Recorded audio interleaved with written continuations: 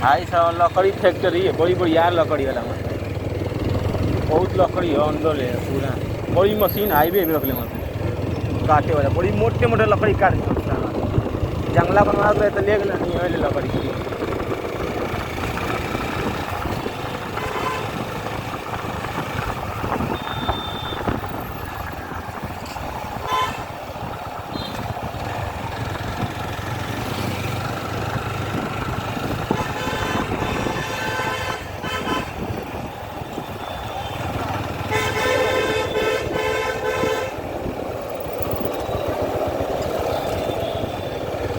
तब तो एगो शिप बना